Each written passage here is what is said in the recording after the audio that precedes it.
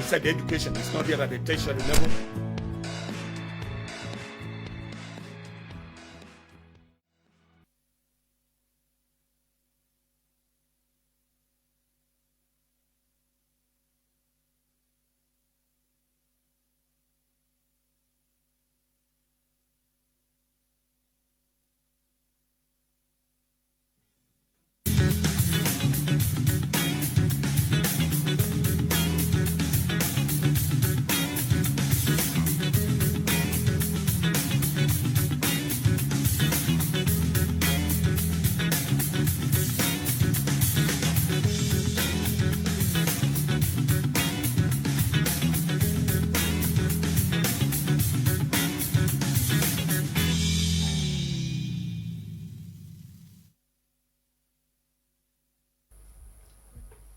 Since Cameroon's government announced audit of COVID-19 fund, specifically being championed by the Supreme State Audit, the song of the fight against COVID-19 by Cameroon's ministers who choose to be the front line runner in fighting against the virus seems to be dying in the wilderness. These days, one is not hearing about the fight against COVID-19 that ministers used to champion.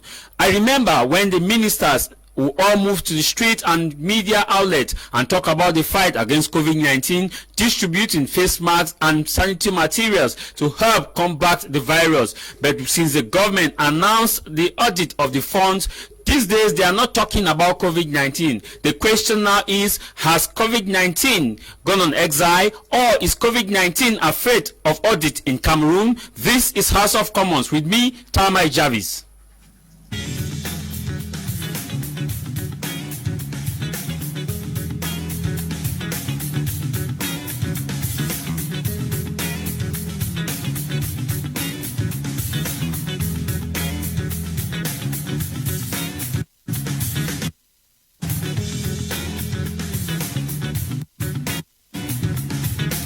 The northwest and southwest region. The truth of the matter here is that COVID-19 is real. COVID-19 is killing millions across the globe, and thousands are being killed by COVID-19 in Africa, and hundreds have been killed in Cameroon as far as the virus is concerned. But within the ambit of the crisis in the northwest and southwest region, thousands have been killed by the ongoing conflict, and thousands are still in internally displaced camps, as we are experiencing based on official figures. One is now attempted to ask the question, which is more important, is it COVID-19 in Cameroon, or is it the Anglophone crisis? To begin with, I introduce you my guest with whom we are going to continue our discussion today. I begin with you, Mr. Ngalim Bernard. Ngalim Bernard, who is on Skype. Ngalim, it's a privilege to have you.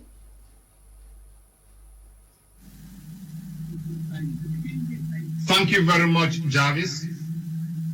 Thank you very much, Jarvis, and thank you for having me on the program today. Session. Thank you, and same to you and everyone on the panel. Thank you very much. Also here in the studio we have Prince Pierre, who is representing the Populars Action Party, PAP. Prince, a privilege to have you. Prince, a privilege to have you. Good morning to the televiewers of the House of Commons, and also a good morning to the fellow panelists. The House of Commons, I like the name.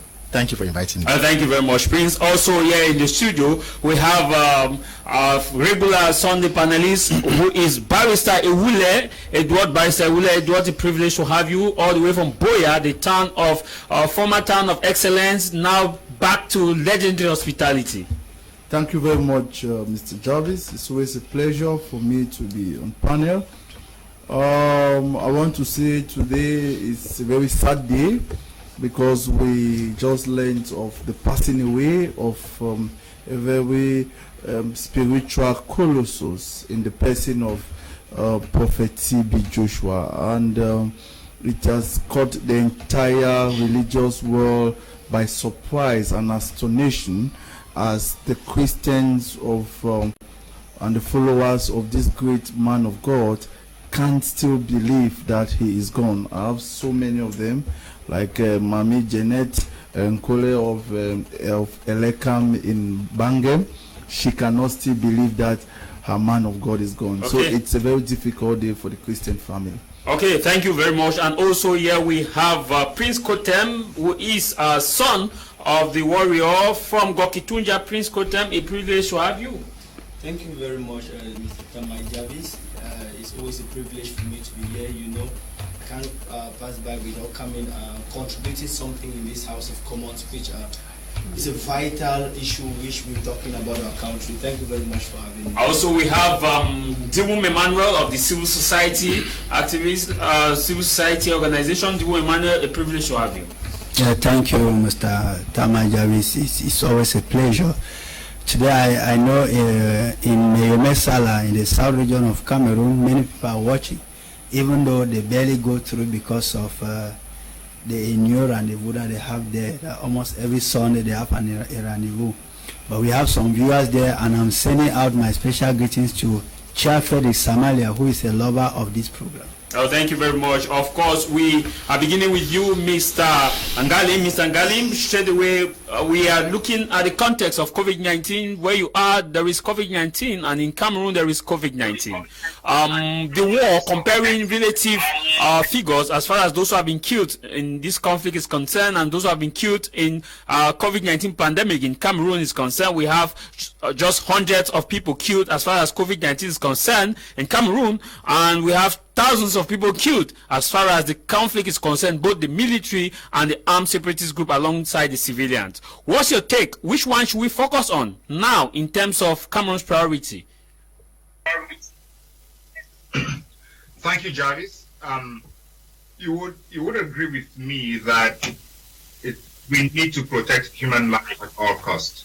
We need to put on strategies that would protect our brothers, our sisters, our fathers, and our mothers, and every other person in society so that people do not die. And the fundamental role of government is to protect citizens. I want to insist on citizens and not territory. And it's to protect human beings, not territory. Therefore, the government has an obligation to ensure that lives are protected, whether the lives are being lost through COVID or the lives are being lost through war. Now, if we have to do a balancing test to choose between protecting lives through COVID or protecting lives through war, I don't know if you agree with me, but I know that life does not have a price. A life lost to COVID is equal to a life lost through war. But then, there are two things there is one that we can prevent, and there is one that we cannot prevent, or we can only mitigate because it is not of our making. We can prevent the war by stopping the war immediately, and we can mitigate the COVID by taking human measures, scientific measures that are possible for us to stop the wanton spread of the virus. But that said, the government of Cameroon has an obligation to stop killing citizens and to stop killing people in the southern Cameroon. The reason is simple. The government should sit down and talk with people. Cardinal Toumé tried to organize an all-Anglophone conference where Anglophones were going to sit and talk amongst themselves and come out with a common position of what resolve the conflict. He was not given the opportunity to do this. Then came the grand dialogue, which some have called the monologue or the dialogue, and it has yielded no fruit till today, 1.5 years later. So the question is, should we continue pretending that there is no problem in the southern Cameroon? Should we continue pretending that people are not dying every day? I hear one of our panelists is a brother from Gokitunja. I want to share my sympathy with him because I hear the military killed about 7 is it Bamising or Bakanji? One of the two anyway. But the point is, we cannot continue killing human beings. This is a question, this is a problem that has been lingering since the 1960s. And if we cannot at this point come down to sit down and talk, something that has been proposed multiple times. Remember, the African Commission of Human and People's Rights in 2009 said the two parties should sit down and talk.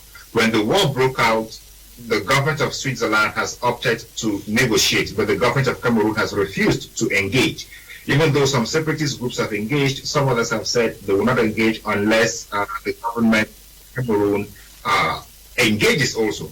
So you see, it's something that we just need to sit down and talk and resolve the issues. We shouldn't fear to talk. They're talking about the COVID-19.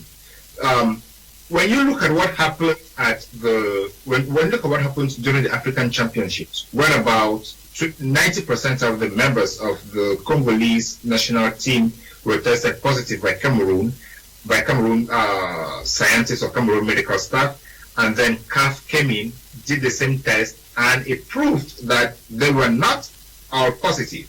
This pushes us now to start asking if the numbers that the government of Cameroon is giving are real.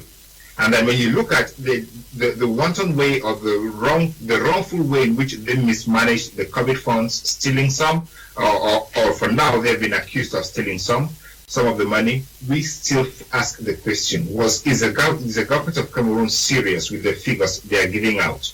So one may be tempted to think that the COVID figures in Cameroon are not real, and that the rate of infection in Cameroon is not real. But whatever the case, people are dying and people are affected by the COVID-19 pandemic. So the government must take proactive measures to stop the war and to effectively manage the spread of the virus, because we need to protect human life, and it is government's fundamental obligation to protect human life. Thank you. Thank you, Jarvis. Thank you. We're getting back to you. Let me start with you, Mr. Prince Epierre. Prince Epierre, when we look at these entire figures in terms of those who have been killed with COVID-19 pandemic, and those who have been killed as far as the conflict in the north and southwest region is concerned, and those who have been killed alongside in Cameroon, other regions, based on hunger, absence of health facilities, road accidents. Even when we compare the figures of road accident per year as compared to the figures in COVID-19, should we not focus on resolving the conflict in the northwest region and southwest region, and alongside fighting COVID-19? That is, we make one much of a priority, and the other, since both has a human life, takes human life. Now, I want to say that I want to make mention of when you were doing your introduction, you asked you made us to understand. You asked the question that have the ministers gone on exile? We are not hearing anything on COVID-19 again. What we are hearing on COVID-19 is about the billions upon billions that the regime barons in Yaoundé have embezzled. We are not hearing anything of COVID-19 again. The priority that we have now in Cameroon is to solve the Anglophone crisis. There is nothing COVID-19. All the money has been embezzled. Now the issue is that they are just looking for another means to embezzle another money. That is why they wanted the IMF to give them some money, and then they are putting pressure and then playing games up and down, up and down, up and down. People are dying in the northwest and the southwest. The other speaker was just made mention of the 7 who were just being killed in Ngoketunja. In the Ngoketunja, we have seen how all this week reverend fathers are being kidnapped. We have seen how the other day in Bamenda there was a protest march. We saw how separatist march. We saw how people were involved in that anti-separatist march were being kidnapped. We saw burnings in a village in the. But should the separatists kidnap people who do say we don't want you? Yes, should you kidnap them? Because it is not their right. You say you are fighting for their right. It is not their right to determine their own future. Mr. Jarvis, the minister of this country went on air and told Cameroonians that the war in the northwest and southwest have ended. Who are we fooling? No, but he said there are still some few pockets of resistance. It is not a matter of few pockets of resistance. The war is still going on. People are dying. People are suffering. People are dying. People are suffering. They made mention. They gave us what they call the major national dialogue. What came out from the major national dialogue? Nothing came out from there. It was just a monologue where they had to speak. All what they are doing is just to fool Cameroonians and siphon Cameroonian money and put Cameroonians in debt. And put Cameroonians in debt. So for me, what I think is that the COVID-19 Where are the COVID-19 that you are talking about, that they should make a comparison with the Anglophone crisis according to the Anglophone crisis according to the sense of your question? I will see that there is no comparison there. Before the COVID-19 pandemic will come, the Anglophone crisis had been since 2016, and for close to 5 years now, people have been dying. The government is not saying anything. The government is not saying anything. We have the other speaker made mention of the Swiss talks. The government shied away from the Swiss talks. Who are we fooling in this country? So the problem is that people will not continue to die. People will not continue to die. People will not continue to die every day, and then the minister sitting in Yaoundé to siphon people's money. So that is why we have the Popular Action Party. We are saying that it's time that the government put an end to this suffering that the people of the former British Southern Cameroons are suffering today. Okay, but you said nothing came out from this major national dialogue, but the government will argue that a special status was given, that the bilingualism bill was passed, hate speech bill was passed, that regional assembly now is in full gear, which was discussed, and that some other measures were put in place, like the reconstruction committee, which we have Paul Tassong and we have John Donatus. These are all measures that the government will say at least something came out of the grand major national There is nothing that came out from the major national dialogue. Now, let me tell you, you made mention of the National Commission of Bilingualism and Multiculturalism. That was the first measure that the president of this republic took in solving the Anglophone crisis. Tell me one action that Musonge's commission has done to help solve the Anglophone crisis. They have done nothing. And I want to say that most of them, you have also made mention of hate speech. Most of them are those that are most of them in that commission are those that are propagating hate speech in this country. You also made mention of the reconstruction of Minister Paul Tassong. What are we reconstructing? When the war is still going on, what are we reconstructing? Are we reconstructing? Are we doing a physical reconstruction, or are we reconstructing the minds of the people? The issue is for the first of all, the minds of the people to be reconstructed, and for the minds of the people to be reconstructed, I believe that the first thing is for the president of this country to call for a ceasefire. Don't forget that he's the one that declared war on the people of the former British Southern Cameroons. Yes. So if you are telling me about measures, you are also talking of the special status. What is special about the status? What is special about the status? You have also made mention of regional assemblies. Let me tell you, you are a renowned journalist that I know very well, Mr. Tai Jarvis. I want to say that the computers that were being sent to the northwest and the southwest were in French. Is that the special status? Is that the special status you are giving? I was in a platform with one of the regional councillors in the northwest in one of the TV station in Yaoundé. He was telling us that they are fighting for them to have a status of a parliamentarian. Is that a special? How can you people be fighting to have a special? No, what I'm saying, Mr. Javi, Cameroonians should not be fooled. Okay. Yes, the regime is just there to just play politics to put Cameroonians in confusion, and then to see how far they can succeed. They shall not work. But Council, he says we should focus on the war. Galem says we should focus on the war, resolving the conflict, so that Cameroonians can now take a better cue on fighting COVID-19. But you are a legal mind. Don't you think that COVID-19 is a global pandemic, that we should keep aside the war and fight COVID-19? Thank you very much, Mr. Jarvis. But you see, COVID-19 is a pandemic that started, how many lives it has taken so far, and we should not shy away that the government of Cameroon had to put some serious measures that made us not to reach the very dangerous level as far as the COVID-19 is concerned. When the COVID-19 started, the government with the Prime Minister had to put some serious measures, and that is why we have not had a full blown of the effect of COVID-19 in our country. But the war in the southwest and northwest region is something that we cannot overlook. So many lives have been lost as far as this war is concerned. And from the two speakers, it's like all they are blaming just the government. but we cannot overlook the actions of the separatists as far as this war is concerned. And this is something that Mr. Ngalim and the PAP, Prince Pierre, all of them have failed to also look at the actions of the separatists as far as this war is concerned. Like what Mr. Ngalim said, he said some separatist groups accepted the Swiss talk. Well, most of the separatist group did not accept the Swiss talk, and that is why we are where we are today.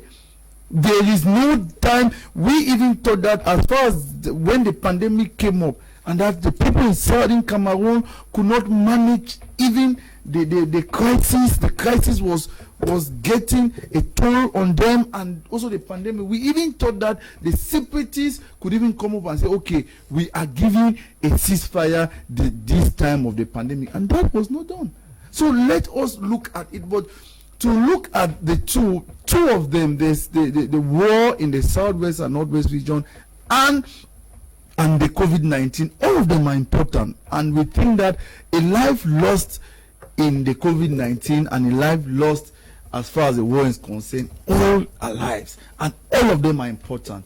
And we must say that I in particular, I am saying here that so much lives have been lost. And we think that it's time for us to sit down like a family, because I don't think that any international body can solve our problems better than us Cameroonians. Okay. And I think that the government and all the other actors, let us sit down and see how we can solve our problem, because I think that because we know where the shoe pinches. We are the one putting on the shoe. You go to my village in Boya, there are many parts of Boya that the chiefs have been killed. There are many parts of Boya that the people have fled, are being kidnapped on daily basis. You know, it is just this Moliko stretch and Boya and support that you can say this. But go to the outskirts, go to Munya, go to all the other villages, Lisoka.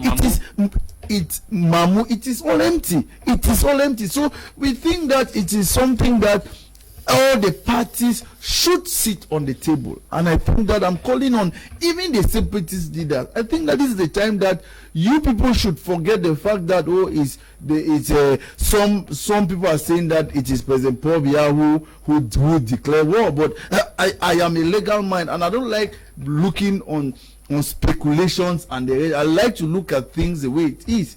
You look at it very well. Let all of us sit on the table. Let the leaders in the diaspora, let them say, okay, this war, it is time for us to end. These are the proposals that we are. From your perspective, so there was no war was declared by the president. From a legal perspective. No, I am saying. No, that because you said you are legal minded. No, I don't want to. Let's get the legality here. From the legality. If you look at the outing of the president when he came back at the Simalen Airport, there is no part there that he declared war, that he's going for an outright war. If I want to be very clear from the legality, if you take that very statement to any court in the world, if you take that statement to any court in the world,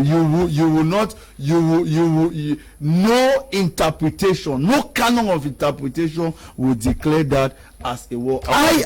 Before you take the mic from me, I have defended all the separatist leaders. I defended Seseko. I defended all of them. Most of the lawyers were even scared to even go. I was a lead counsel for Wazizi. But what I'm saying is, I think it's time for us to sit on the table and solve the problem. And we should not only look at the government, we should look at also our brothers who are in the diaspora, who are controlling the boys in the bush. Let all of us sit on the table and come up with a proposal on how to solve the problem, because it is us, the Anglophones, that are suffering. Hi, Jarvis. Greetings to you guys in the studio. To me, I think we should focus on the war in Northwest, since COVID can be curbed, but the war has claimed thousands of lives. People are still being killed as we speak. In Ferdinand, in Bamenda. This other one, it says, those of you watching us on social media, let's take on some few comments so that We can acknowledge your participation. This one reads, it says, a national dialogue was just a toll from House. It's coming from Ami Cover. We want to say Maxine Mark, happy Sunday to you. Fondem Richard, happy Sunday to you. Anka Julius, happy Sunday to you. And to all those of you watching us on social media, we want to say happy Sunday to you. Mark Amos Andy, happy Sunday to you. Raymond J, happy Sunday to you. Njitap Ebot, happy Sunday to you. Fondon Richard, happy Sunday to you. JF Faith, happy Sunday to you. Rejoice Mark, happy Sunday to you. Bison, happy Sunday to you. Daisy, happy Sunday to you. Mark, the man from the land of the warriors, Prince Kotem, we've listened to Barrister Iwule. He's saying that yes, both parties have a responsibility to see that this war, the casualty level or the rate in which civilians are killed is reduced, so that we can help focus now on fighting COVID-19. He says it's a collective responsibility, and no war was declared on the people of the Northwest and Southwest region. Call it West Cameroon wherever you believe, call it Southern Cameroon wherever you believe, but the North and Southwest region. Thank you very much, Tamai. I listened keenly to Barrister, but I don't want to answer or go back to repeat or answer what Barrister actually said, because that's his own point of view as concerned as to what concerns the Anglophone crisis and the COVID-19. So, but on my part, I think that the issue at hand, which is the COVID-19 and the Anglophone crisis, if you put the question before any child and you ask him, he or she which should be given priority, I think a child will do a quick comparison by saying the both has to do with taking away the lives of human beings. So when we want to look at it now, which of them has actually taken the lives of human beings, these Cameroonians, more than the other within the time frame? So when you do that quick comparison, you realize that of course the Anglophone crisis has taken the lives of more Cameroonians than what COVID-19 has taken for the entire country. And remember, we're talking about the Anglophone crisis, just 2 of the 10 regions of Cameroon.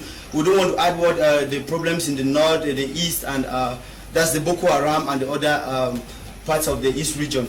But coming back to the Anglophone crisis, Mr. Tamai, this crisis has been on for 4 years now, and for 4 years we've been losing the life of young people, young Cameroonians, and this issue has been going on. Barrister made mention of is a collective duty, because we shouldn't put it only in, on the government, but also on the separatists. Yes, and he talked about the Swiss talk and the likes. I want to accept with him is a collective duty, but that collectiveness in that in resolving this crisis need to have an upper hand from the government in place, because when the citizens went to the polling stations to vote, they voted the government in place and not the separatist leaders. And these separatist leaders have an objective. That is why Tama actually said, call it Anglophone Cameroon, former British Southern Cameroon, whatever thing you want to call it. People have their own standpoint of view, how they want to see things. But at this point in time, who has the ultimate goal to guarantee whatever point of view each and everyone has? It is the government. That is why we'll come back into bring. You won't tell me that the separatists didn't also do something enough to see an end to this crisis. The government when the Swiss talk was being organized, what did the government say? Did the government send a representative, or did the government send any Swiss? No, Mr. Tamai, let me. I want to cue you. I don't want to cue you. The government will tell you that they started by saying there was no Anglophone crisis. They shifted their position and acknowledged there was an Anglophone crisis. The government will tell you that they created the interministerial ad hoc committee in the legal mind in Yaoundé and in Bamenda, headed by Gogomo. By the Investment Commission, the government will tell that President Biya in his end of year address in 2017 accepted that there is an Anglophone crisis and solutions. The government will tell that they have shifted their stand from decentralization now to accelerated decentralization. Wow. That there is now regional assembly, that other thing, that the separatists have never shifted their ground, is outright independence or nothing else. Oh. That at least the government has shifted its seats of position, It's okay, Tamai. If I were in the separatist position, I would never shift. It's simple. You are the government that have the power to take a decision and stop the killing of the life of young Cameroonians, either the military or the separatists. And you keep shifting from one position to another. Where are you shifting to? Where are you shifting? Where are you going to? That is the question. So you should be playing with the life of Cameroonians and hoping that the separatists will be dancing like you. If I were a separatist, I would never. Are you by saying? Are you saying that the kidnap rate of these separatists? Yes. The kidnapping, the killing. You ask me a question. Yes, continue. In no way on earth, Cotton Prince with Sambik, the proud son of Balikumba from the Northwest Region Constitutional Division, will ever accept the kidnapping of young people, the molestation of old people, the taking away life of military or separatists in the name of separatism. Never. But I will say, if you are the government that have been giving the mandate, Barrister, let me come to the land. If you are the government that have been giving the mandate to ensure and guarantee the life of these citizens, before today, before 2016, they were not separatists. They came up revendicating a particular issue, saying that we have bad governance, bad roads. I'm coming to that, but we have bad roads and everything. And you think that in 2021, the Bamenda Babajo roads has become far much worse than 2016, and you want them to stop? Look, we should take something serious. If you are a young man living behind there in Bamukumbit, Bafanji, Bambalang, any of the Indop, even right up to Bambili, you understand, you see a different perspective of what we are saying. The government should take the right decisions and ensure that we stop losing life. And these separatists are also, I will bet you, most of these separatists are even doing enough to see that they can end the crisis. But we have to understand that there are people behind this thing who are benefiting. Even from the government perspective, even other young Cameroonians whom you think that they should be engaging to solve this crisis, there are many who survive who are even benefit from it. So we should take keen attention to that. Jerome, Emmanuel, we are looking at a total chaos here between COVID-19 and the Anglophone crisis. You are of the civil society, you talk with people on a daily basis, you talk to those in Bamenda, those in Boya, Douala, and other regions, the central region, south. What are they telling you as a priority? Do you feel like the pandemic should be more focused than the Anglophone crisis? Yes, briefly, Jarvis, before I come to you, I want to remind my brother of Pap that when you say it's like our ministers have gone on holiday, you lighten the weight of some. Exile. You lighten to the introduction. No, let him not. You lighten the weight of something that is real. The ministers of Cameroon have never been on duty. They have always been on vacances. That one I don't debate it. And now coming back to the legal mind by me. When you say the government took measures, it beats my imagination. The measures of giving buckets and savon to insult the presence of an already suffering population.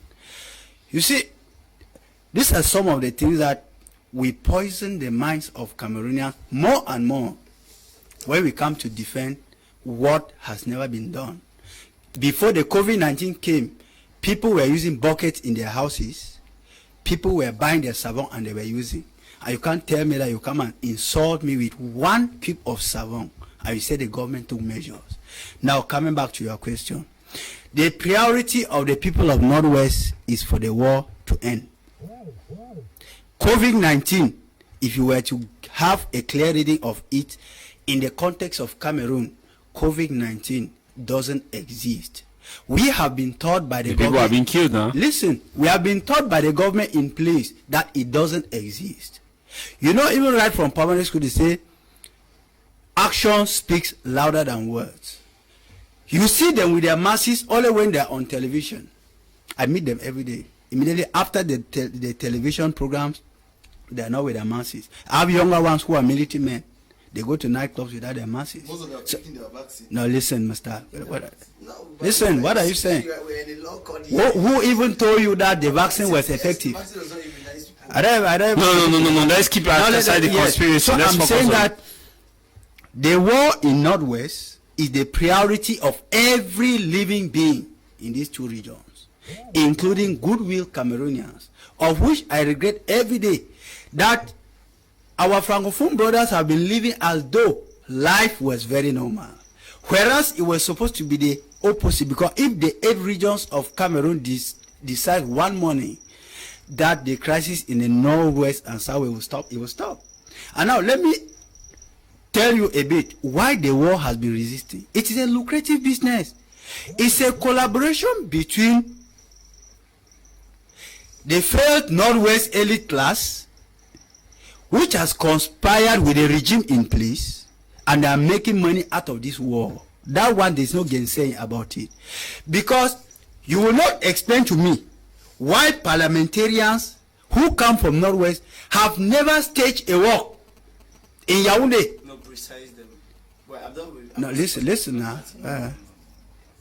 Parliamentarians from northwest in general have never staged a war to denounce the war. You will agree with me that most of 90% of these parliamentarians live in they are hiding in Yaoundé, Douala, Bafoussam. The mayors, they are moving with their councils in their pockets. These parliamentarians see their constituency through the television as we are talking now, and they will show some images. Some of them always see on WhatsApp groups, and they have never been there. A parliamentarian told me clear and clean last week, I will not call his name, don't be afraid, Mr. Honorable, that he cannot risk his life to go back to Momo to be killed because there is one. They're really calling the parliamentarian. No, Momo is not only one Momo now. You see, and if a parliamentarian representing the people, carrying the people's aspirations, tells me that he cannot risk his life because death comes only once, what do you think is happening to the population on ground? Our population is going through thick and thin, Mr. Jarvis. And we think that the government has been taking this thing for granted for so long a time. Let them come home. Leave your holidays. Get back into your active offices. Think out of where put on. When you say holidays, are these not the same minister we saw with face masks, distributing bucket, moving from TV station to TV station, Mr. talking about Jarvis, COVID-19? I am not challenging. I am not the Minister of Territorial Administration, who was very focused on this. The Minister of Secondary Education went round to schools. The Minister of Scientific Research even talked about the different remedy. I talked about, even though some say she talked about Fimba grass and the rest. So are you saying the ministers were Mr. Jarvis, on holidays? They are on holidays, and they have always been on holidays. You see, when you are talking about these ministers, I'm not challenging your competence. Cite me one minister that you met on the street. Apart from calling a few of you to come for a televised program, you extend your microphone to them, they speak. After that, what next? Nothing. We are in a country where only speeches on the field. We are in a country where only speeches prevail. No action follows a speech. And it is because of these speeches that Cameroon is living from a bad stage to a worse stage every day. And until we all agree that they were on holiday and that they are coming back to take the real things, Jarvis, we will keep dancing on the same spot. You see women giving birth in the bushes in the northwest and southwest, and it does not bother them. Do you think they still have human feeling? No. Okay, thank you very much. Dimum Emmanuel, we're coming back to you. We are now getting to Mr. Mungwa, who is a member of Cameroon's People's Democratic Movement. He is a councillor of Tuba Council. Mr. Mungwa, you've listened to all these discussions here. What should be the priority as far as this is concerned? I know you are constantly in touch with your people in Tuba to understand, is it COVID-19 or the Anglophone crisis in terms of Cameroon's priority? Thank you very much, Jarvis. I wish to extend my regards to President Paul Biya, whom many of us think he's no more alive, but to the greatest of my dismay, we can acknowledge the fact that our president is still alive. It's true that the criticisms from all directions as part of the democratization process put in place. I'm equally wishing a happy Sunday to the head of government, the Prime Minister. Are you answering my question, Mr. Mungwa? Yes, of course. Because we have less time. Yes, and I just wish to extend regards to the entire government and Cameroonians as well and beyond. And if I have to move to your question, I would simply say, regarding the subject of the day, which is pressing, we're talking about human lives, and if we need to move in the chronological manner. I think the southern Cameroon crisis is more at stake because it's consuming more human lives than the COVID-19 itself. So southern Cameroon crisis should be highlighted as a priority. It has been my humble wish all through on this platform, calling on a total ceasefire, which I still stick on that, and I trust that my revelations declared against August forthcoming, there's supposed to be a ceasefire which is going to appease Cameroonians, save the lives, and move Cameroon forward in economic, political, social perspective. And the most important of it all here is we should acknowledge that each and every one of us should recognize that we're talking about government. You, both of us sitting here, we constitute the government. No. We have an important role to play. No. Yeah, you might contest. Please, for courtesy, I think I've listened to both on each of you speak here. I didn't contest. I think each and everyone have the right for his opinion. We shouldn't come and sit on the platform. We just talk because we feel we want to speak and be heard or want to be seen. No, we constitute the government. We have the civic responsibilities to contribute collectively in different, in diverse or divergent aspects in order to push or move Cameroon forward.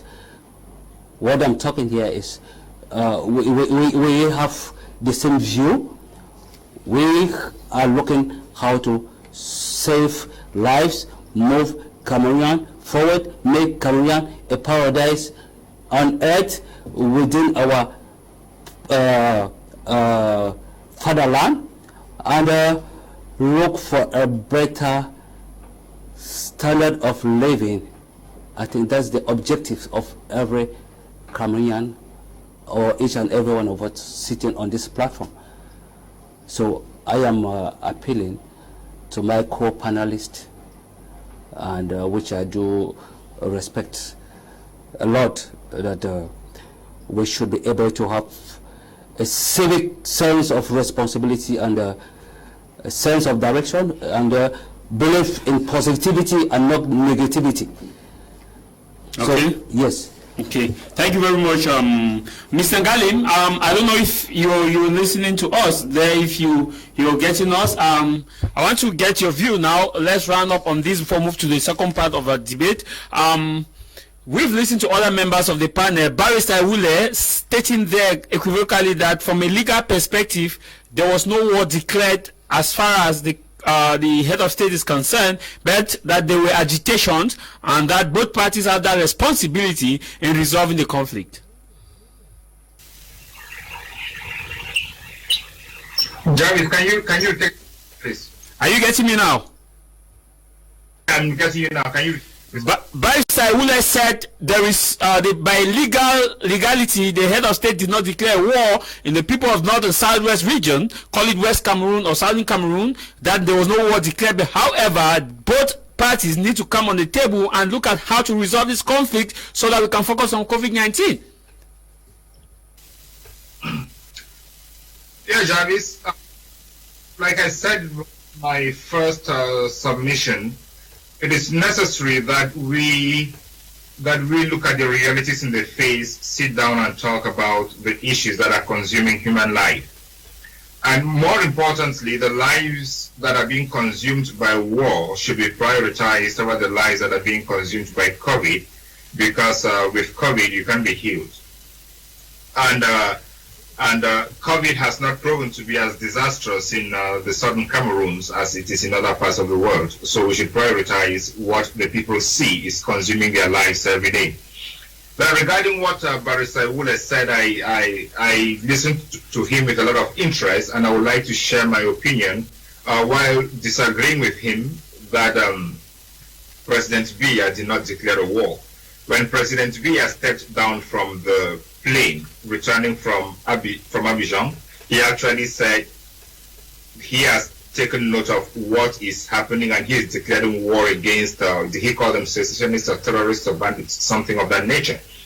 And then if Barrister Ewule would have to apply the Bedford test or the causation effect and link this declaration to the declaration by the Minister of Defense after he summoned a Supreme State command following the President's declaration, in which he said they did not come there to write dissertations or to philosophize, but to put in effect the political decision taken by the head of the army.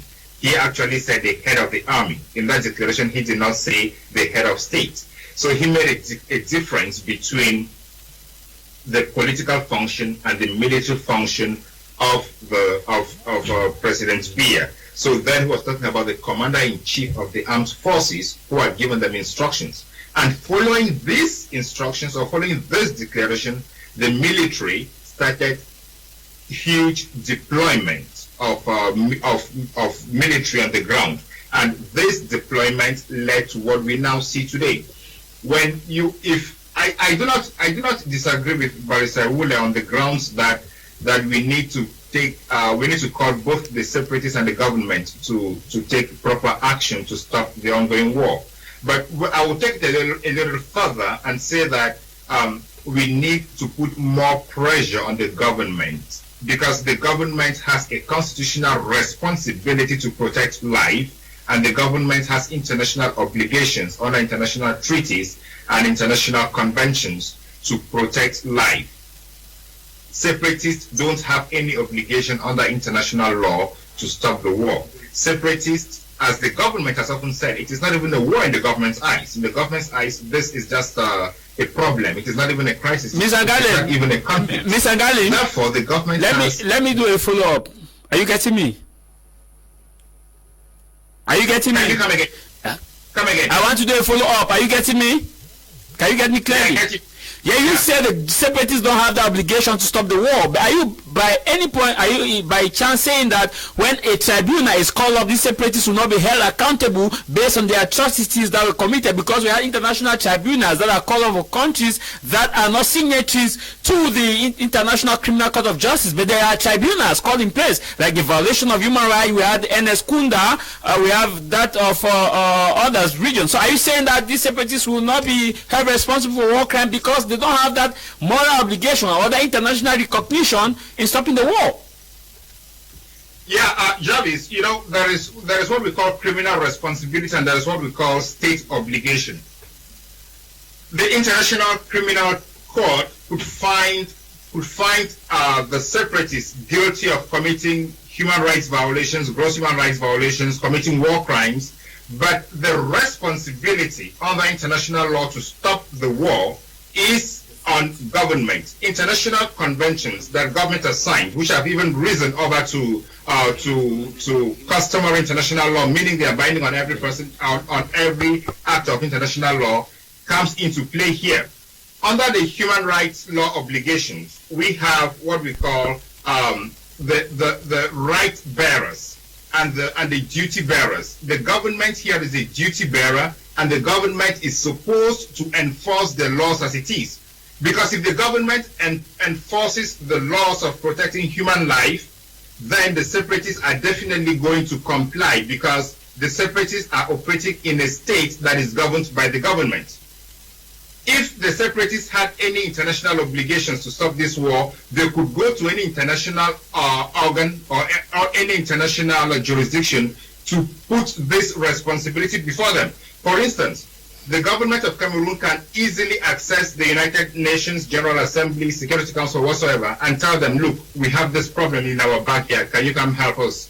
But the separatists can only use members of those organs to plead with them to introduce this topic of conversation so that these organs can then come back to the ground and help to put pressure on the government of Cameroon to resolve this. Okay. But in any way, I am not taking away the fact that the separatists have a moral responsibility or a criminal responsibility that they have to answer to. Their own obligation comes after the act, after the fact, or after the crime. But the government's responsibility should come before anything can happen. Okay. You see, so that is where the difference lies. Okay. And you would definitely agree with me that all international partners, they call on the government, they talk directly with the government, but they do not talk directly with the separatists, because the government has that international obligation to deal with these organs that regulate the international space, international relations, and international obligations. Thank you. The reason is because the government has taken and has signed on those conventions that I as government agree to respect this. Mr. Galim, thank you. Separatists have not. Thank you. We'll be coming back to you. Let's get to other members. Jarvis, before I hand over quickly, just 30 seconds. Yes. One of the reasons we come to say, okay, government is responsible to stop the war is not only because of the international obligations.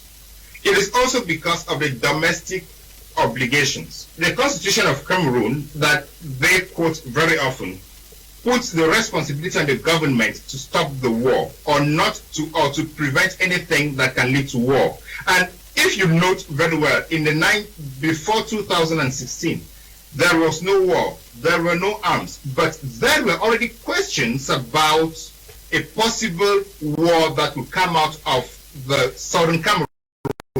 Okay. The CIA in 1986 sent a memo to the United States government saying that the relationship between the government of Cameroon and the southern Cameroon is a bombshell that would explode in the future. And the southern Cameroons have taken this very question to the African Commission of Human and People's Rights. The African Commission of Human and People's Rights said, come, I am ready to put you guys to sit down and talk. But the government has never reacted to that. You see, it's difficult to not put the responsibility on government. And anyway, government is supposed to take that responsibility because it is part of its daily activities, it is part of its daily obligations, and it's part of its daily life to protect the life of people it calls citizens. Thank you. Thank you, Mr. Galim. We know that maybe next week, Sunday, we'll have an in-depth on this issue of legality based on rules and responsibility binding both parties in terms of resolving the conflict in the North and Southwest region. Hopefully, we'll have you now have this in-depth analysis and explanation for people to know who is responsible of what, who is not responsible of what, and who has a moral obligation. That's the education of the conflict per se. Mr. Prince Epierre, we've listened to this. I want us to move straight away to part 2 of this program. I want us to move to the issue of, these ministers that are under audit. Is it proper at this point in time for them to have access to their offices, or is it not time for them to stop having access to their offices, limit their power so that the documents are not being changed to meet up with audit? I think before that question, Barrister William made mention of something that I was a bit embarrassed because the speech. I begin to question if the speech of the president of a republic is not legal. So no, it is because we are here also to educate. He is not saying the speech is not legal. No, he said from the legal perspective, the term declaration of war. No, barrister, no. The president calms down. The president in front of the press says, I declare war, and then you say, I declare war on the separatists, and then you say it is not legal. You say it is not. It is not legal. It is the first time, no, barrister. It is the first time. It is the first time. It is the first time on a TV platform. In the first time, even CPDM militants they have never argued against that. Then you are telling, because no. I want to say that no. Please, let me say something. Let me say something. And I have the right to say it.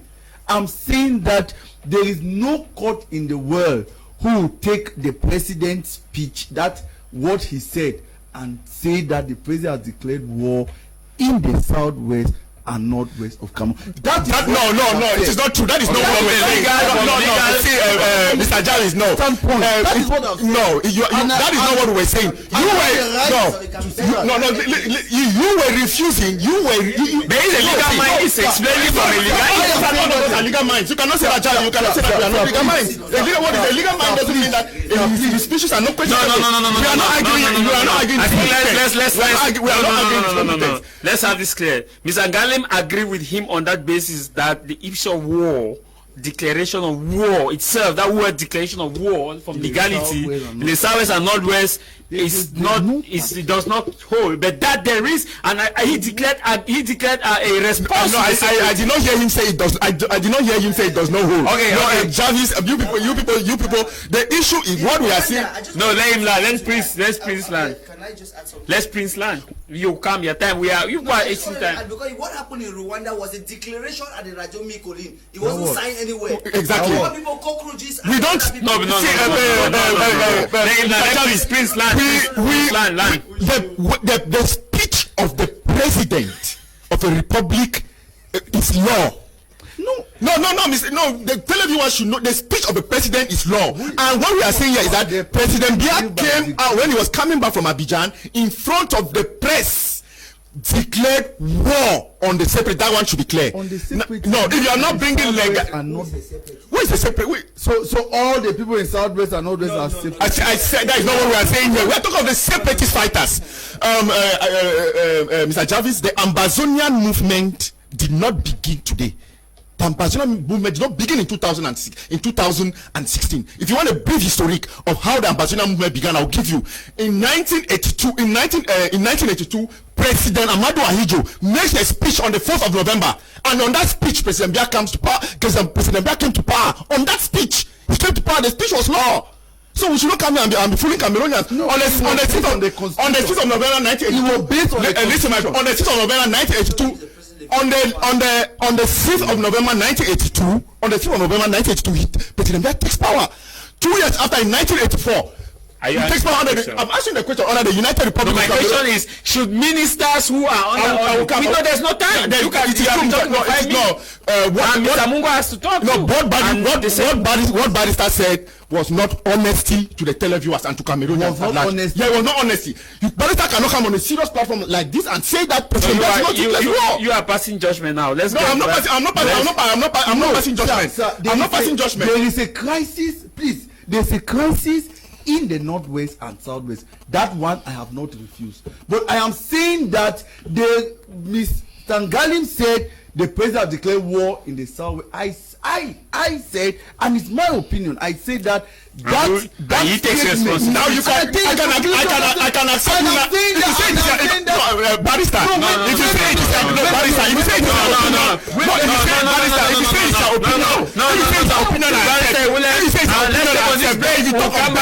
let's take on this break. We'll come back. Let's take on this break.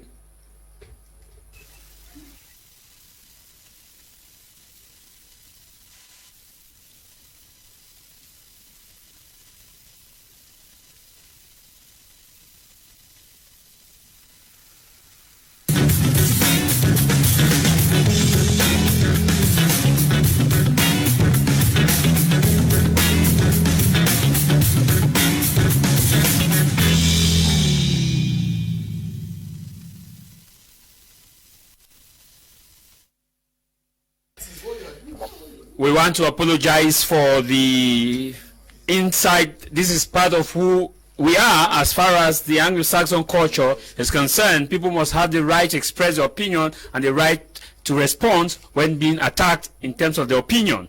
I asked you a question briefly, just brief 30 seconds. Is it not time for us to, for government to stop ministers who are under audit to have access to their offices or some key issues as far as this is concerned?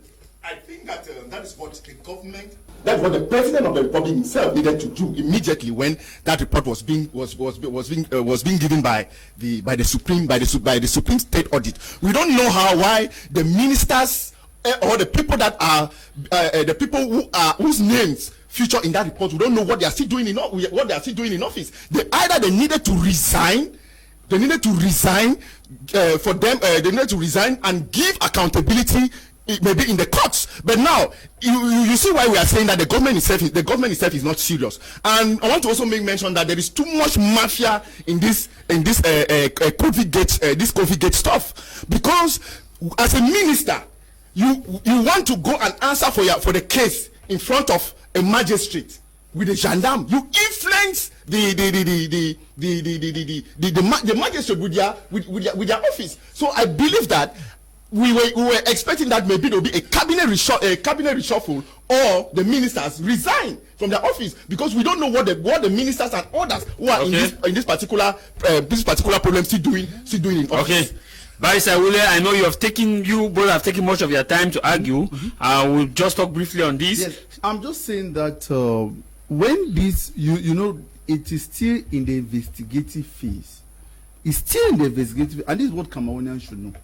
And there is what is known, if you look at Section 8 of the Criminal Procedure Code, it talks of the issue of presumption of innocence until a court declare that these people are guilty. We are still under investigation.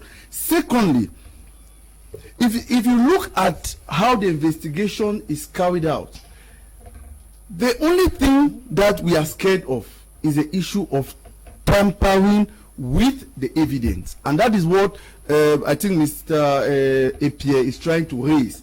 That now that investigation is going on. Yes, that's what I'm saying. That logically, is it not time for the government to restrict them access to some of their offices? It is from the way the investigation is going. It looks as if these ministers cannot tamper again with the evidence that are already before the president. I want to, Barrister, let me say something which is very important. I want to make you to understand, as we are saying here now, evidences have been tampered with. They are telling us that the files in the files which concern the Ministry of Scientific Research is nowhere to be found in the Supreme State control, and that even computers. Yes, it is now. Yes, he is in a No, I want to make anyway, we have in the womb, we have Prince Kote, we have Amunga, who does no. It's very important just to make you understand that, to add to what he's saying, that it is time that the ministers so yes.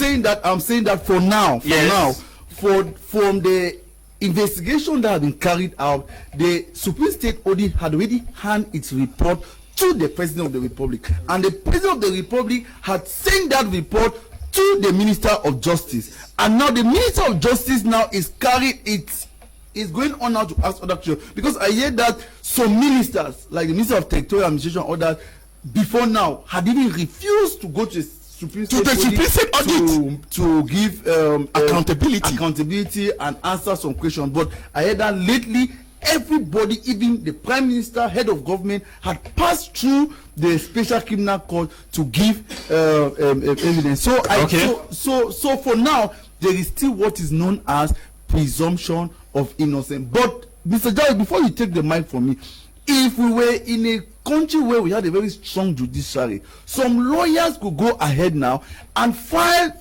to the court, so that the court suspend the activities of those ministers. You can fight. No, Cameroon is a state of law. Cameroon is a state of law, and you are operating under Cameroon as a legal mind. So is it not time for you and your colleagues to fight for this motion? There is something that in Cameroon, there is something known as local standing. That's what I'm saying. And that is what has kept us where we are. Local standing means that you have a right to sue. And most of the time, if you go and file an action now, the court will say that I don't have local standing. But in other countries, the constitution gives lawyers and other. Are you by saying that our country is not a state of law? No, I'm saying that our constitution and our laws, right? In other countries, if it's repugnant to natural justice. In other countries, if you see that people's rights are being tampered with, you can go to court and file an action. You can go to court, but in our country, what is known as local standing, I cannot just take a matter to the Constitutional Council. The law has limited persons that can take actions to the Constitutional Council. Okay. You have the council, you have the National Assembly, you have the Senate, and so okay. Limit. Thank you. Thank you. This one read, it says, Mr. Jarvis, please keep your word, read my message. I've read your message. I know I've kept my word, I've read your message. Your message is clear. Let me come to Amungwa, and now I will refer the order to Ndium, who will now comment on this last. I want us to be clear. Is it not time for these ministers? He talked about the issue that every Cameroonian, by the constitution, have the right to issue right to the court and demand that this person's activities should be suspended until. No, I'm saying that in Cameroon it is not possible. No. Does the constitution provide for that in Cameroon? No. Okay. That is a problem. You as an individual, you cannot just go now to court looking at rights that are being violated. Okay. When we look at this, is it not time for these ministers local standing? Is it not time for these ministers to stop? I think. Thank you very much, Tamai. When Barrister was talking, I took keen attention. But I would have loved to ask him further questions. Even though myself, I hold a master's degree in law, there is, however, a difference between a practicing lawyer and the degree stuff and the theory and the likes. Exactly. And particularly, I'm in the field of environmental law. But I think very well that the laws of Cameroon actually is clear as to this, because it says in criminal law that who are the parties that have the right to bring an action to court. Of course, it said the state, which is being represented by the state council, or an individual. An individual can also bring. So when you bring out the case of local standard, an individual who is being affected.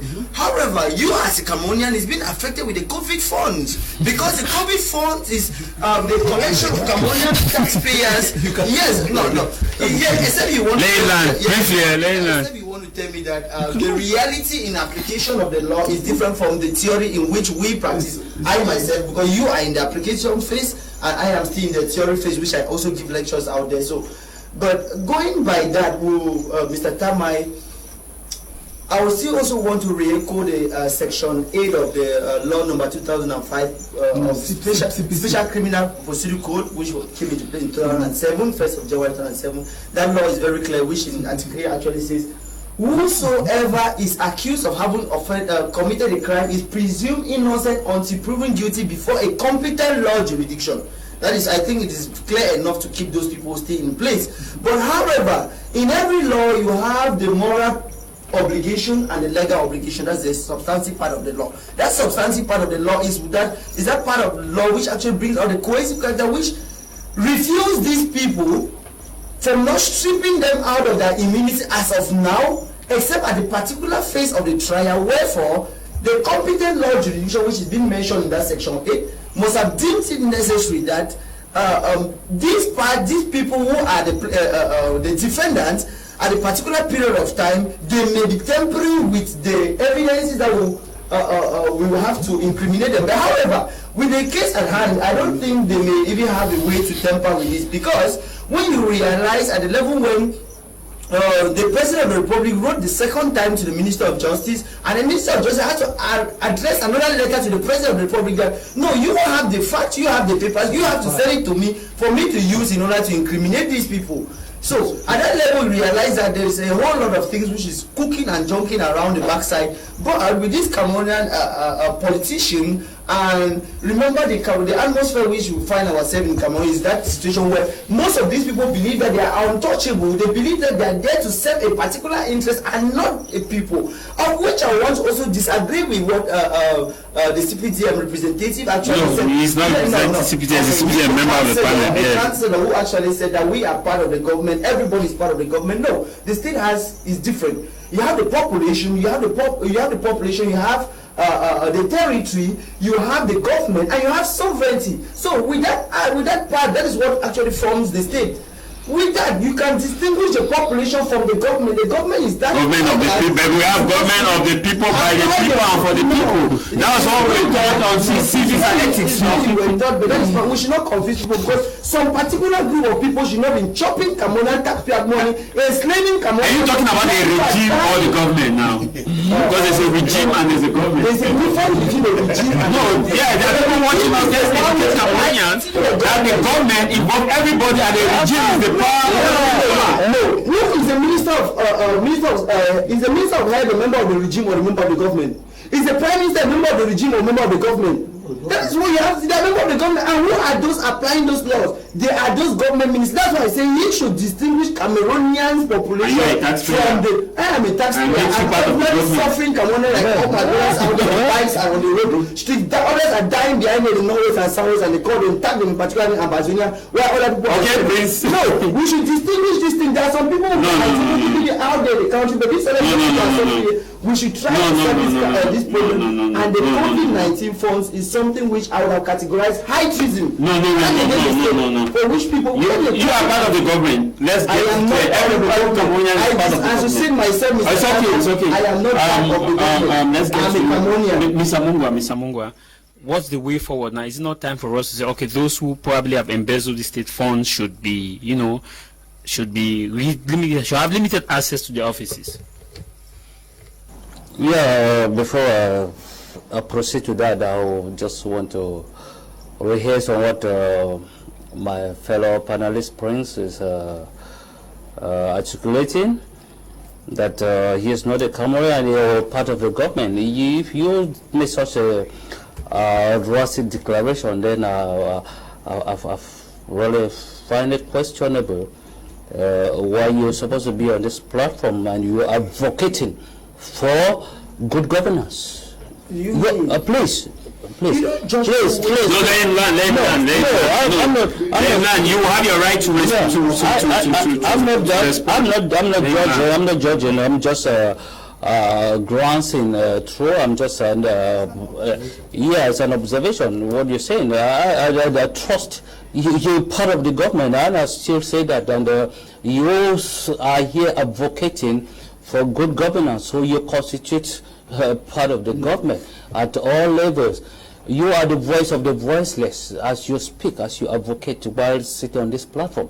Coming back, Sir Ta, honestly speaking, of the opinion that those who've tampered with the COVID-19 funds should be called to book.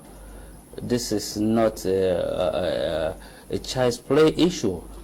I think some of us who have taken the risk and have accepted to undergo through things of pinholes and become elected officials where we represent the local government, we have a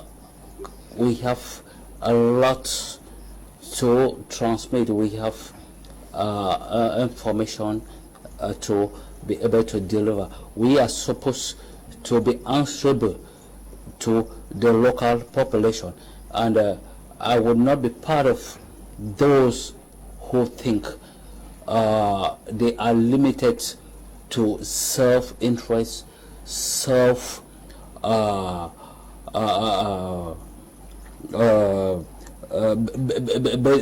the benefactors because they happen to be at a certain position or central administration. No, you can't be everywhere. I think the head of state and what we're talking today is we're talking about democracy, and democracy is about delegating and giving room for each and every Cameroonian and beyond to be able to express what he feels and what he thinks is good and right for the well-being of Cameroonians at all levels. So certain people shouldn't take this for granted, irrespective of the office they cover. No, I am not part of that, because if I was supposed to, I've happened to have paid salaries of Cameroonians for 4 million francs a month, and I never took that advantage in siphoning any funds. And I'll never be part of seeing some government officials sitting anywhere and siphoning funds which is attributed to protect human life. If you look biblically, it is very clear that only he who creates life has the right to take away life. So we should not encourage wrongdoings or promote negative attitude from some of our central administrative officials. So I'm hereby actually calling on the law. We're in the state of law. It's true. One of my panelists here was advocating that these people are not supposed to be in office by now. The law makes provision that you look at the Cameroon legal procedures and context. You have the right for claims or legal procedures which last from 1 to 10 years. Yeah, I think I have a legal mind with us in the panel here, which can acknowledge that. But as we earlier said, so far we cannot rush to fast conclusions, as he earlier elaborated. The procedures and findings are ongoing, and regarding Section 8 of the law, as we say, until he was found guilty, should be punished. So we are working against that. I think both of us are conversant and conscious of the fact that the head of state is not sleeping over this reaction. He is actually spearheading, and he is working as well to see into it that any of those who are guilty should be called to book. It's also my opinion that anyone who finds himself under the canopy of fraud and corruption is totally against corruption. And in this regard, he's supposed to be called to book. So I think it's very simple. We shouldn't pretend to sit here and say we belong to certain umbrellas or canopies and not to speak the truth. No, we are here to deliver the truth to Cameroonians and move Cameroon forward. I stand of the arm of the progressive wing of the ruling party, and I make sure that justice and transparency should be the order of the day, and Cameroon should move forward without any distinction of any Cameroon, irrespective of rank or religious background. Where do we go from here? As far as this auditing is concerned, is it not time for these people to have limited access to some key documents while investigation is ongoing, so that money can be saved now, not later that there will be, we said the government will say probably they don't have time to recover the money. Let me take you out of Cameroon. And briefly I tell you what happened to Jacob Zuma before he left office. It was a mere accusation about the way the funds, about a house, that it was like a rumor that the president siphoned money and constructed a house. And you saw what he did. He acted like a gentleman. Before the case was closed, he was no longer, he opted that no, I wouldn't want that we should plunge into chaos. And he accepted and paid back the money, and there is peace there. You see, these ministers who are the friends of Dr. Amungwa. Yeah, to your short, what you just mentioned, I strongly agree with you. Yeah. That is pure Anglo-Saxon culture. Yes, I think there's not much time. Yeah, thanks for the corroboration. Yes. You see, the CPDM minister, like I mentioned a while ago, they are absent when it comes to work, but they are very much present when it comes to stealing public funds. But these ministers have been working now. And I will remind you again that, look, I stand to be challenged. Cameroon is one of the rare countries in the world where we have 3/4 of the ministers in Kondengi. Not because they plotted a coup d'etat against the head of state, but because they stole, which means that stealing, thievery runs in their DNA. It's like, I think I think that's a statement. No. We take exception to that, Mr. Javi. Yeah, we take exceptions to that. How do you explain the fact that no, it's not on this plateau that you will come and say that the ministers have stealing in their DNA, But they are all no. Am I the one who said that? No. Continue, but okay. I want to say that. Now, yes, I want to say that you say that. When you invite us here, we take the risk to come, we take the risk to speak. So you see, now, these ministers who are still into their offices translate to us a message that whosoever is investigating them is not serious about whatsoever. Because if they were serious, like my co-panelist said a while ago, they are still under the guard of the state, paid by the taxpayers' money. And everything with this regime, time and space has proven it, that every wrongdoing, they are capable of doing it in the twinkle of an eye. They can change the facts and figures before the blink of an eye. So, Tamajabe, I am saying that it is once more telling us that our government, of course, I hope you will not say that it's hard to say that they have always been failing, that they are again demonstrating their failure in the aspect of investigating people. Who is first of all investigating who? When these funds came in, you hear that Ministry of Agriculture. What was the Ministry of Agriculture doing with COVID money? But they said other sectors were affected by COVID, so there was need for the government to stimulate the economy, and by so doing, other ministries. Why was the Ministry of Education not giving money for COVID? No. Whereas the ministry is dealing with kids. Are you saying that no money was given to the Ministry of? Are you saying money was not given to the Ministry of Secondary Education? Ministry of Secondary Education. I want to make No. Let me say it. I'm a school principal. There is something here that the law experts have said, which is very important. Now, what I'm saying is that I agree with you. I want to say that we are at the intellectual debate, Mr. Time. I have a right to contradict the.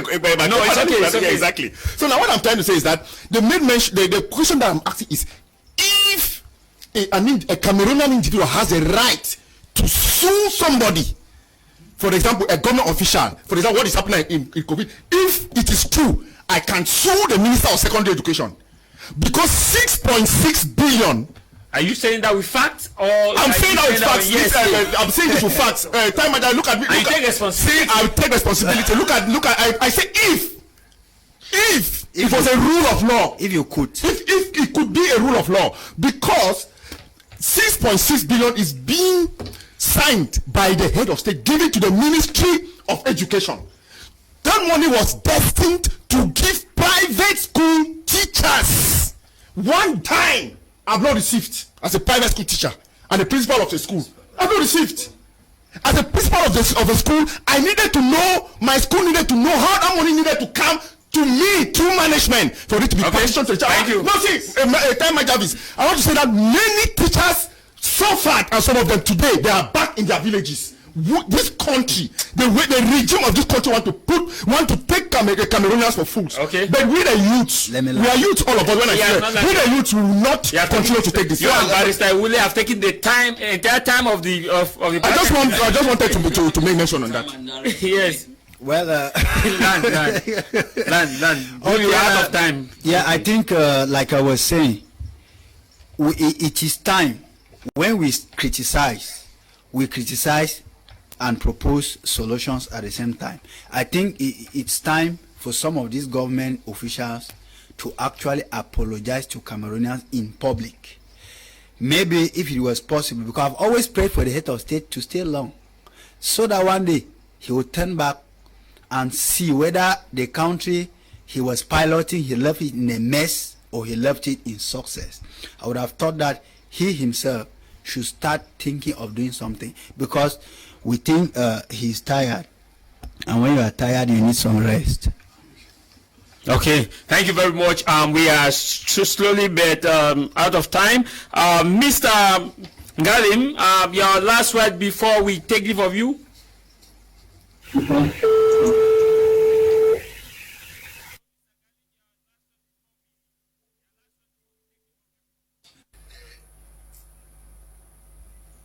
Zagalim, are you there? Briefly, we don't have much time. Yeah, last word before we take leave of you. Yeah, thank you. So this is my last submission. Let me just say I agree with the panelists who say that all those ministers must be presumed innocent before they are found guilty. But I would want to say that there is a principle of law which says legal stability is very, very important to ensure that all cases are treated in like manner. You know, if you visit the prisons in Cameroon, 90% of them are occupied by people who are in detention, in pre-trial detention, meaning they are still waiting their trials. If you want to dig further, we would ask, why did Agbobala not benefit from presumption of innocence? Why did Ayapo not benefit from innocence? Why did Sisiku not benefit from presumption of innocence? All of them should have benefited from a presumption of innocence. Without much time, Mr. Ngali. Yeah, last word. There's not much time. Before, I'm landing. We're in a system where you're declared guilty before you are tried. We find two steps of justice. One is for the other people and one is for these people. I think these ministers should be taken off office for two reasons. One, legal reasons, just to keep in pace with government's policy of guilty before innocent, and then secondly as a lesson to the others. But anyway, I don't believe that these investigations are going to lead to anything as a solution to this. There needs to be concerted effort to bring complete change overhaul the constitution and the government to ensure that there can be peace and that there can be justice in the southern Cameroons and of course everywhere around Cameroon. Thank you very much. A privilege to have you on the panel. Prince Pierre, before we take leave of you, your last word, briefly, there's not much time. Yes, I just wanted to make mention that the ministers, for me, it should be a rule for them or they have a culture to resign.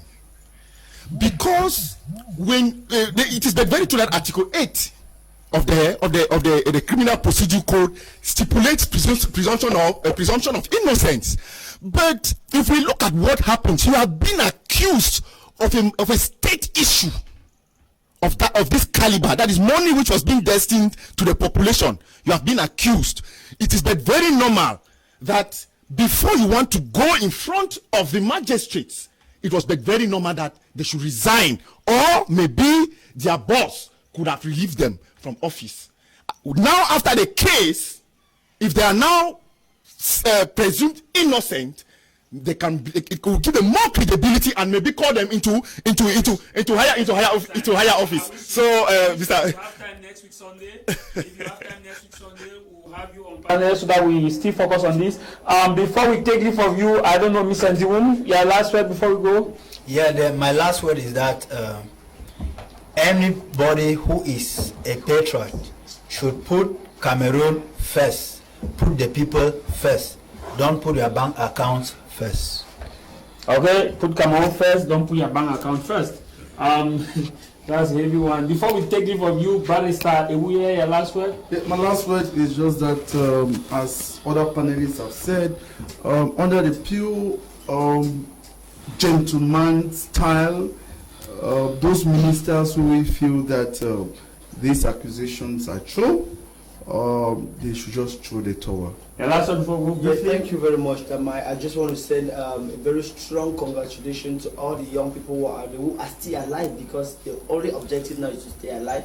And I want to join voices with the mothers of the nation and other young people like Fabrice Lena, who is doing a laudable job out there to see how we can bring lasting solutions to solve this Anglophone crisis. And I believe the government should also give interest to young people at the forefront. Mr. Mungwai, allow us before we go. Yeah, thank you. Yeah, thank you once more, Jarvis. I'm calling on all the Cameroonians and at all levels to improve on their mindset. I trust that we can collectively make Cameroon a paradise on earth and a better place to live. Okay. Thank you very much. This program will be rebroadcast on Sunday today at exactly 10:30. We'll have a rebroadcast of this same program. And on Monday at exactly 9:30 p.m. we'll have a rebroadcast live every Sunday at exactly 12 to 1:30 p.m. live. www.BT Media Group is our website. Our Twitter handle is My Media Prime. Our YouTube channel, all of our programs are on our YouTube channel. Our YouTube channel is BT Media Group. Go to YouTube, BT Media Group. You have all of our programs on our YouTube channel. I leave you with this: no matter the matter, what matter is your matter. No matter the matter, what matter is your matter. And what matter for me is that stand together for what you believe, work for what must be done, and love each other in all that you do till all my people around. Spread the peace, my brother and sister. Stay blessed, and bye bye from Feng John Bange. Bona Musadi.